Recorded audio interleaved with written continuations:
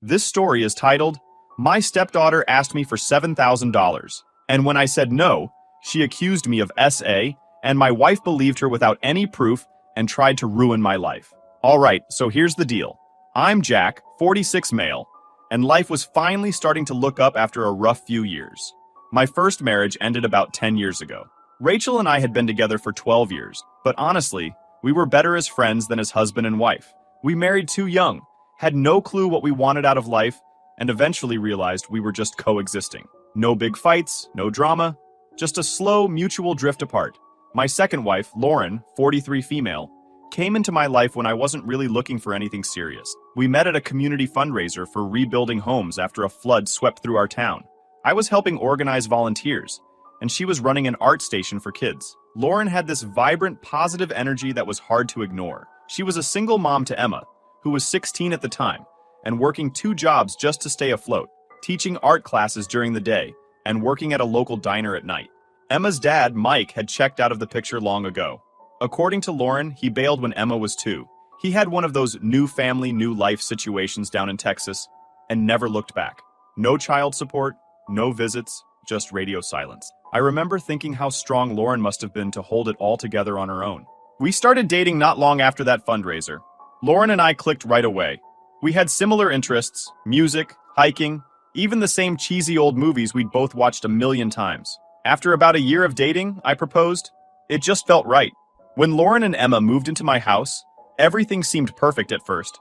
Lauren was finally able to quit her second job at the diner, because my salary as a construction project manager was more than enough to cover the bills. Emma seemed to settle in just fine too. She even helped out with the wedding planning, picking decorations and talking about how excited she was to have a real family again. My house isn't fancy, but it's mine. I bought it in my 30s after years of saving and some smart investments. It's got 3 bedrooms, a decent yard, and it's in a good neighborhood. I figured it'd be a great place for all of us to start this new chapter together. Lauren was less stressed without having to work 2 jobs, and she finally had time to focus on her art again. We had family dinners, movie nights. It felt like I was finally building the kind of life I'd always wanted. But looking back, I think I ignored a lot of red flags. Emma was always a little high maintenance. At first, it was small stuff. She'd ask for extra money for school supplies, then come home with some overpriced backpack that looked more like a fashion statement than anything functional. Or she'd insist she needed a new outfit for an event at school and show up with a designer label. Lauren always brushed it off, saying, "She's been through a lot without her dad." Another red flag I missed was how Lauren handled money. When we first met, she was drowning in debt from trying to give Emma everything she asked for. Lauren carried this massive guilt about being a single mom, and it showed in how she parented. Emma wanted the latest iPhone? Lauren found a way to make it happen, even if it meant putting off bills. Emma wanted expensive makeup? Lauren picked up extra shifts to pay for it. I thought I could help them break out of that cycle. I helped Lauren budget, got her debt under control, and even started setting aside money for Emma's college fund. But the more I said no to Emma, the more Lauren caved. I didn't realize it at the time, but Emma had her mom wrapped around her finger. It wasn't all bad in the beginning, though. There were moments when I genuinely felt like we were a family, but those moments didn't last. Emma's entitled behavior kept creeping in, and Lauren's tendency to make excuses for her only made things worse. Still, I thought we could handle it. I was convinced that with enough patience and understanding, we could work through anything. Looking back now, I can see how naive I was. I didn't realize it at the time, but Emma wasn't just a spoiled teenager. She was a master manipulator. And as much as I wanted to believe Lauren had my back, the truth was, she'd always put Emma first, no matter what. But I didn't know any of that yet. At that point, I was just a guy trying to build a life with the woman he loved, completely unaware of the storm that was about to hit. Alright, so by now you know the honeymoon phase didn't last long. I thought Emma was just adjusting to the new family dynamic, but man, I couldn't have been more wrong. Emma's true colors started shining through, and let me tell you, they weren't pretty. The first big issue came about 2 months after they moved in. Emma announced that she needed to redecorate her bedroom. Now, mind you, her room was already furnished and perfectly fine. Queen-sized bed, a desk, a wardrobe, the whole setup. But apparently it wasn't aesthetic enough for her new vision. She came to me and Lauren with a list of demands. A new bed frame, designer wallpaper, and some LED lights she'd seen on TikTok. The total? Close to $2,000. Lauren was hesitant at first, but Emma worked her magic, pulling out the crocodile tears and the whole, "you don't care about my happiness" route. I tried to stand firm, saying she could redecorate if she saved up and contributed herself. But Lauren eventually gave in, as she always did. "It's just her room, Jack. It's her space," she said, as if that justified spending a couple grand on a vanity project. Emma barely lifted a finger to help with the redecorating. She acted like she was the foreman, barking orders at me while I painted her walls and assembled her new furniture. And once it was all done, she barely even used the space. Within weeks, she was already talking about wanting to switch it up again. Then there was the whole study abroad debacle. Out of nowhere, Emma came home one day, announcing that her school was offering a summer program in Paris, and she absolutely had to go. She didn't even ask. She just assumed we'd foot the bill. When I looked up the costs, my jaw hit the floor. Between tuition, airfare, and living expenses, it came out to over $10,000. I said no immediately. I mean, come on, we're not made of money. And it's not like Emma was some straight-A student who was crushing it academically. But Lauren? She started making excuses for her again. "She's young, Jack. This could be a once-in-a-lifetime opportunity." Emma, of course, took that as her cue to guilt-trip us further. "If Dad were around, he'd let me go," she said, which was rich coming from someone whose dad hadn't even sent her a birthday card in years. When I didn't budge, Emma retaliated by giving us the silent treatment for weeks. She'd come home from school, slam her door, and refuse to speak to either of us. It was like living with a moody dictator. Lauren was upset the whole time, bending over backward to keep the peace, while I just tried to ignore it. Then there was the car situation. Emma got her first car, a used but reliable little sedan, for her 17th birthday. I thought it was more than generous, especially since I helped pay for half of it. But within 6 months, she'd totaled it. She ran a stop sign, and the car was beyond saving. Instead of being grateful she wasn't hurt, Emma started dropping hints about wanting a cooler car next time. Lauren actually considered it, but I put my foot down. I remember Rachel giving me a heads up about this sort of thing. We talked on the phone every couple of months, and she'd always ask how things were going with Lauren and Emma. When I mentioned the car incident, she told me, "Just be careful, Jack. Kids like that don't grow out of entitlement overnight." At the time, I brushed it off. I thought Rachel was just being protective of me, but man, I wish I'd listened. And let's not forget about the dog. Emma decided she wanted a dog. Specifically, a purebred golden retriever puppy she found online for $3,500. Now, I love dogs, but we both work full-time. And Emma wasn't exactly known for her responsibility. I told her no. Lauren told her no. But Emma wasn't having it. She started showing us videos of sad shelter dogs and making these overdramatic speeches about how she'd be the perfect dog mom. Next thing I know, Lauren and I are coming home from work one day to find a puppy running around the house. Emma had somehow convinced her friend's mom to front the money, with the promise that she'd pay it back soon. Lauren was furious at first, but Emma turned on the waterworks and got her to cave. "We'll figure it out," Lauren said. I ended up footing the bill for everything: the dog's food, vet visits, training classes, while Emma barely even walked it. Then there was the modeling phase. Emma decided she wanted to be a model and convinced Lauren to hire a photographer for a professional portfolio shoot. This wasn't some budget-friendly local photographer either. No, Emma wanted the best of the best, someone with an impressive Instagram following, of course. That alone cost over $1,500. The photo shoot was a disaster. Emma complained the entire time about the lighting, the angles, the outfits. By the end, she was sulking because she didn't look perfect in the raw photos. Lauren tried to cheer her up, saying the pictures would look better after editing, but Emma wasn't having it. She demanded we book a second shoot to redo everything. I shut that idea down immediately, which of course made me the villain yet again. What really got under my skin, though, was how Emma treated Lauren. She didn't just manipulate her, she disrespected her constantly. She'd roll her eyes whenever Lauren asked her to help out around the house and act like basic chores were beneath her. One time, Lauren asked her to load the dishwasher, and Emma actually said, "Why don't you do it? You're better at stuff like that." Lauren just laughed it off, but I could tell it stung. And don't even get me started on the emergencies. Every few weeks, Emma would come to us with some new crisis that required immediate financial intervention. Her laptop broke, her phone screen cracked, her car needed new tires. It was always something. And every single time, Lauren would dip into our savings to bail her out. At one point, I tried to set up a system where Emma would have to pay us back for these so-called emergencies, but that idea went nowhere. Lauren was too soft, and Emma knew exactly how to exploit that. I started feeling like I was living with a con artist. Emma wasn't just entitled, she was calculating. She knew exactly how to play Lauren against me, and always found a way to get what she wanted. By the time Emma turned 20, it was clear that she had no intention of growing up. She dropped out of community college after one semester, claiming it wasn't for her. She refused to get a part-time job, saying it would damage her personal brand. And yet she constantly complained about how unfair it was that her friends got to travel and buy expensive stuff while she was stuck at home. I tried to talk to Lauren about it, really talk, but she always had an excuse for Emma's behavior. She's just finding herself, or she'll grow out of it. But deep down, I think Lauren knew Emma wasn't going to change. She just didn't know how to handle it. At this point, I was starting to lose my patience. I loved Lauren, but Emma was making life unbearable. I felt like I was living in a house where I was constantly outnumbered, constantly the bad guy. And the worst part? I hadn't even seen the full extent of what Emma was capable of yet. It all started one Sunday afternoon. I was in my office catching up on some work when Emma knocked on the door. That alone was unusual. She normally just barged in.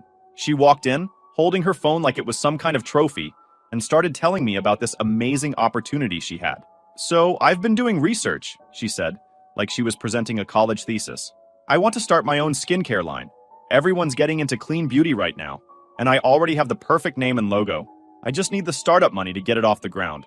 I leaned back in my chair, already skeptical. "What kind of money are we talking about?" She grinned like she'd just won the lottery. "It's only $7,000. That'll cover product samples, packaging, and my website.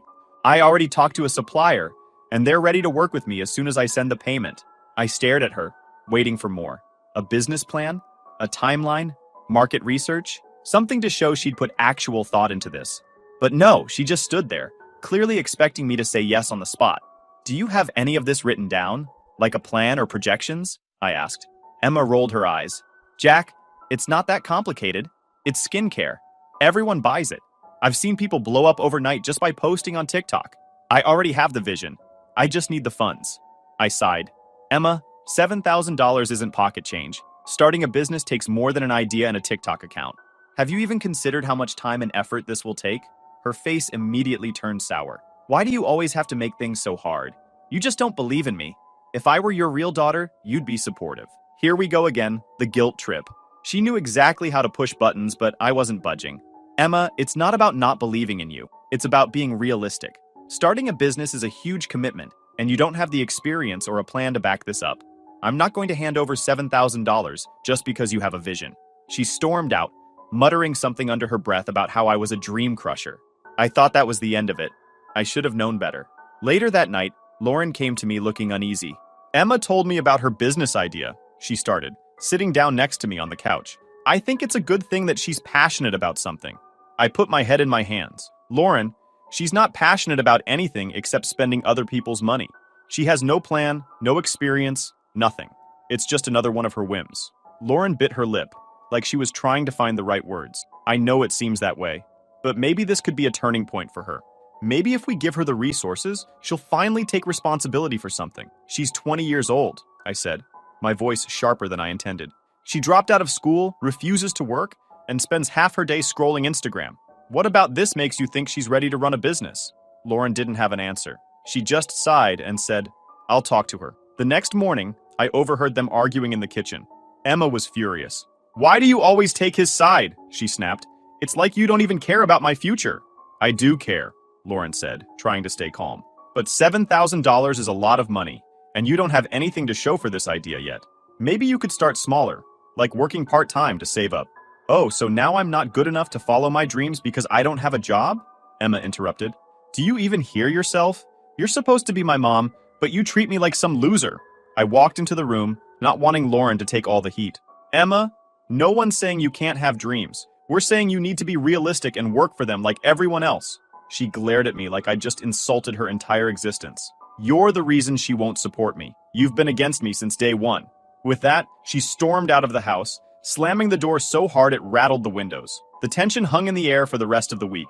Emma barely spoke to either of us, slinking around the house like a ghost. Lauren was caught in the middle, clearly torn between wanting to stand by me and not wanting to upset Emma. But things took a turn I didn't see coming. One evening, Lauren came into the living room with this look on her face I'll never forget. "We need to talk," she said, sitting down across from me. "Okay," I said cautiously. "It's about Emma," she started, her voice trembling. "She told me something, and I don't even know how to process it." My stomach dropped. "What did she say?" Lauren took a deep breath. "She said you've been inappropriate with her when I'm not home." I froze. For a moment, I couldn't even comprehend the words coming out of her mouth. "What?" "She said you've been..." making her uncomfortable, that you've been following her around the house and trying to get her alone. Lauren, that's insane, I said, my voice shaking. I've done no such thing. You know me. You know I'd never... She seemed so scared, Jack, Lauren interrupted. I didn't know what to say to her. She's lying, I said firmly. Think about it. This all started after I refused to give her the money. She's trying to manipulate you. Lauren looked torn, like she wanted to believe me but couldn't ignore what Emma had said. Why would she lie about something like this? Because she knows you'll believe her, I snapped. She's been playing us for years, and you've let her get away with it. Lauren flinched, but I didn't care. I was too angry, too hurt. The fact that she even entertained Emma's accusation was a slap in the face. I spent the rest of the night replaying the conversation in my head, trying to figure out how things had gotten to this point. Emma had crossed a line I never thought she'd cross, and Lauren's hesitation to defend me made me feel like I was standing on quicksand. The next day, I tried to show Lauren proof. Security camera footage, work schedule, anything to prove I wasn't even home during the times Emma claimed things happened, but Lauren wasn't convinced. You could have deleted footage, she said quietly. I couldn't believe it. The woman I married, the woman I trusted, was choosing to believe a lie over years of knowing who I am.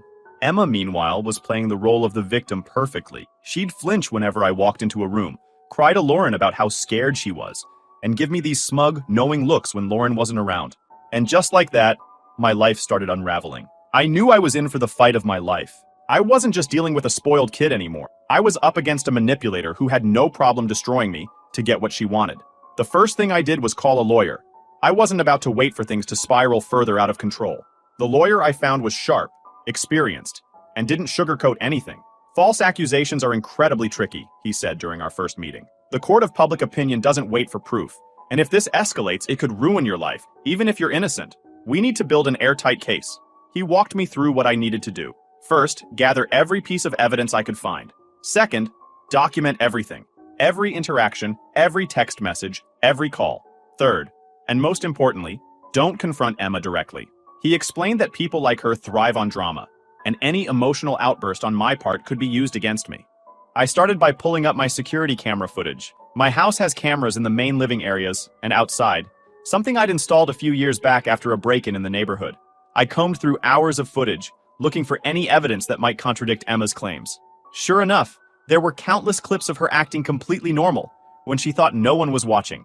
In one clip, she was lounging on the couch, scrolling through her phone and laughing, just minutes after supposedly having a traumatic interaction with me. I compiled all the footage and gave it to my lawyer. This is good, he said, nodding as he watched the clips. It shows she's not as afraid of you as she's claiming to be, but we're going to need more. Next, I went through my phone records. Every text, every call, every email that had anything to do with Emma went into a folder. Most of the texts were from Lauren, updating me on Emma's demands, or asking me to give in just this once. But there were a few from Emma herself, passive-aggressive messages about how it must be nice to have money and not care about anyone else. My lawyer said they were useful, but not damning enough on their own. Then I reached out to my neighbors. If anyone had noticed anything odd about Emma's behavior, I wanted to know. Mrs. Lane, who lives next door, was more than willing to help. I've been meaning to say something, Jack, she said when I knocked on her door. That girl has been throwing parties while you and Lauren are at work. I've had to call the cops twice for noise complaints. She gave me a written statement, detailing the dates and times of the incidents. Mr. Patel, who lives across the street, also came through. He has security cameras on his property, and when I asked if they'd picked up anything unusual, he sent me a few clips. One showed Emma sunbathing in the front yard when she was supposedly too terrified to leave the house. Another caught her sneaking a guy into the house through a side window late at night. But the most shocking piece of evidence came from her own Instagram account. I hadn't thought to check it before, but when I did, I found a treasure trove of contradictions. There were selfies of her smiling in her room with captions like, "Chilling at home, living my best life," posted on the same days she claimed I was harassing her. There were photos from parties, trips to the mall, and even one from a nail salon where she bragged about getting spoiled. I screenshotted everything and added it to my growing file of evidence. My lawyer suggested taking things a step further. "If you're comfortable with it, we can install voice-activated recorders in the house," he said. "It's legal since it's your property, and it could give us more insight into her conversations when she thinks no one's listening." I hesitated at first. It felt invasive, even though I knew I was in the right.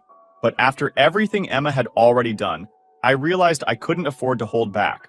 So I set up recorders in the common areas, the kitchen, living room, and hallway outside Emma's room. It didn't take long to pay off. Within days, I had recordings of Emma talking to her friends about her plan. In one clip, she laughed and said, "Mom always believes me. Jack doesn't stand a chance." In another, she bragged about how she could cry on cue to make Lauren think she was terrified. But the most damning recording was a phone call with one of her friends where she admitted everything. "I made it up," she said casually. "He's being such a jerk about the money. So I had to do something. Mom will take my side no matter what." When I played that recording for my lawyer, he smiled for the first time since we started working together. "This is it," he said. "This is the kind of evidence that will hold up in court." But he warned me not to confront Emma or Lauren yet. "Let's build the strongest case possible before you make any moves," he said. "We want to be prepared for whatever they throw at you." Over the next few weeks, I kept gathering evidence. Every time Emma slipped up, I documented it.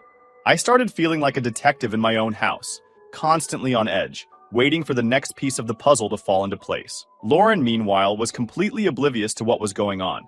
She was still unaware of anything around Emma, doing everything she could to protect her from me.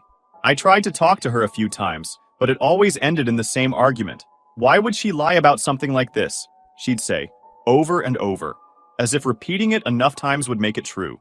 I started to feel like I was living in some kind of twisted reality. Here I was, the guy who'd done everything he could to support this family, being treated like a criminal in my own home. But I knew I couldn't let my emotions get to me. The stakes were too high. My reputation, my career, my entire future depended on proving the truth, and I was determined to see it through, no matter what it took. Deep down, I knew it was only a matter of time before Emma slipped up in a way she couldn't come back from. That moment finally came one Saturday morning. Lauren had gone grocery shopping, leaving me and Emma alone in the house. I was in my office trying to get some work done when I heard footsteps coming down the hallway. My gut told me to hit record on my phone. Emma walked in without knocking. She didn't look angry or upset, just smug, like she had the upper hand. "We need to talk," she said, crossing her arms. I leaned back in my chair, keeping my expression neutral. "All right, what's on your mind?" She wasted no time getting to the point. "I'm giving you one last chance to fix this," she said. "If you give me $50,000, I'll tell Mom I made everything up. I'll even apologize, and we can move on. No one else has to know." I stared at her, trying to keep my face blank while my mind raced. $50,000? She wasn't even trying to pretend this was about her business anymore. This was straight-up blackmail. "What happens if I say no?" I asked, keeping my voice calm. Emma smirked. "Then I take this public. I'll go to the police, post my story online, and contact every charity you work with. I've already written a post about how you've been grooming me since I was a teenager. It'll ruin you, Jack. Even if you're innocent, no one's going to believe you. Not over me." She sat back in the chair, looking so pleased with herself that it made my stomach turn. I wanted to yell at her, to throw her out of my house right then and there, but I knew better. I just nodded slowly, pretending to consider her demands. "That's a big ask, Emma," I said. "I need some time to think about it." She shrugged. "Fine, but don't take too long. My patience is running out." With that, she got up and walked out of the room, leaving me sitting there, stunned. I waited until I heard her door close, before stopping the recording. My hands were shaking as I played it back, listening to her lay out her entire plan in her own words. I sent the file to my lawyer immediately. He called me within minutes. "This is it," he said. "She's admitted to everything. Lying, blackmail, the works. You're in the clear now." But we weren't done yet. My lawyer suggested I confront both Emma and Lauren at the same time, with him on a video call to mediate. That way, there would be no room for manipulation or backtracking. Lauren got home later that afternoon, completely unaware of what had happened. I asked her to sit down in the living room, saying there was something important we needed to discuss. Emma came in a few minutes later. "What's this about?" Lauren asked, glancing nervously between us. "It's about the truth," I said, pulling out my phone. "Emma, I think it's time you told your mom what's really been going on." Emma's smirk faltered for a second before she quickly recovered. "What are you talking about?" she said, her voice dripping with fake innocence. I didn't answer. Instead, I connected my phone to the TV and hit play. The first recording was from the living room a few weeks ago, where Emma bragged to her friend about how stupid Lauren was for believing her. Lauren's face went pale as Emma's voice filled the room, laughing about how easy it was to manipulate her. The next clip was Emma's phone call with her friend, where she admitted to making everything up because I wouldn't give her money. Lauren started crying, covering her mouth with her hands. "Mom, he's lying! He edited this!" Emma shouted, but there was panic in her voice now. I held up my phone, showing her the time-stamped files. "These are raw recordings, Emma. Stop lying." Then I played the final recording, the one from that morning, where Emma tried to blackmail me for $50,000. The room went completely silent. Lauren looked like she was about to be sick, while Emma sat frozen, her face drained of color. When the recording ended, I turned to Lauren. "Do you believe me now?" Lauren didn't say anything at first. She just stared at Emma, tears streaming down her face. "Is this true?" she finally asked, her voice barely above a whisper. Emma jumped to her feet, desperate now. "Mom, he's twisting everything. He forced me to say those things." "Stop," Lauren said, cutting her off. "Just stop." Emma tried to argue, but Lauren shook her head, her voice rising. "I believed you. I turned against my husband because I thought you were telling the truth, and the whole time, you were lying?" Emma's mask finally slipped. She went from panicked to angry in an instant. "You always take his side," she screamed. "You're a terrible mom, and he's a control freak who deserves everything I said about him." Lauren broke down, sobbing into her hands, while Emma stormed off to her room. I called my lawyer and let him know what had happened. Within an hour, the eviction notices were printed and ready to go. Emma was the first to leave, still screaming about how we'd ruined her life. She packed a few bags and went to stay with a friend. Lauren begged me for another chance, saying she'd had no idea how far Emma would go. "I just wanted to protect her," she said through her tears. I shook my head. "You believed the worst of me without any proof, Lauren. I don't think I can come back from that." She moved out the next day, taking a few essentials and leaving the rest for the movers. I had the locks changed immediately and installed even more security measures. Emma, unsurprisingly, tried to spin the entire situation in her favor. Within days of moving out, she posted this long, dramatic story on Instagram about how she was a survivor who had been forced to leave her toxic home. She claimed I was abusive, that Lauren had betrayed her, and that she was starting fresh to heal. She even started a GoFundMe to help with legal fees. Though what legal fees she was talking about, I have no idea. The thing is, Emma's been fooling people her whole life, but this time, she underestimated how much evidence I had against her. My lawyer sent cease and desist letters to her, her friends who were sharing her posts, and even the GoFundMe platform itself. Attached to those letters were all the recordings, screenshots, and documentation we'd gathered. It didn't take long for the truth to come out. One of Emma's former friends, someone she'd apparently screwed over in the past, posted screenshots of texts where Emma bragged about making up the whole story to get money out of me. Another friend, the one from the recorded phone calls, came forward and confirmed everything. Emma's carefully curated victim persona fell apart almost overnight. Her GoFundMe was shut down, her social media accounts went private, and the few sponsorships she'd managed to land for her wannabe influencer career were pulled. Word spread quickly in our social circle, and suddenly, Emma didn't have many people left in her corner. As for Lauren, she's been lying low. She sent me a long email a few weeks after she moved out, apologizing for everything. She admitted that deep down, she'd known Emma was lying, but couldn't bring herself to face the truth because it would mean admitting she'd failed as a parent. "I wanted so badly to believe she was still my little girl," she wrote. "I let that blind me to who she's become." It was a heartfelt email, and I could tell she was genuinely remorseful, but it didn't change anything for me. There's no coming back from that kind of betrayal. I never responded. I heard through mutual friends that Lauren had moved back to her old neighborhood and picked up a job at a local art supply store. She's still teaching art classes at the community center, which I think is good for her. But from what I've been told, she's struggling financially again, juggling bills and trying to rebuild her life. And Emma?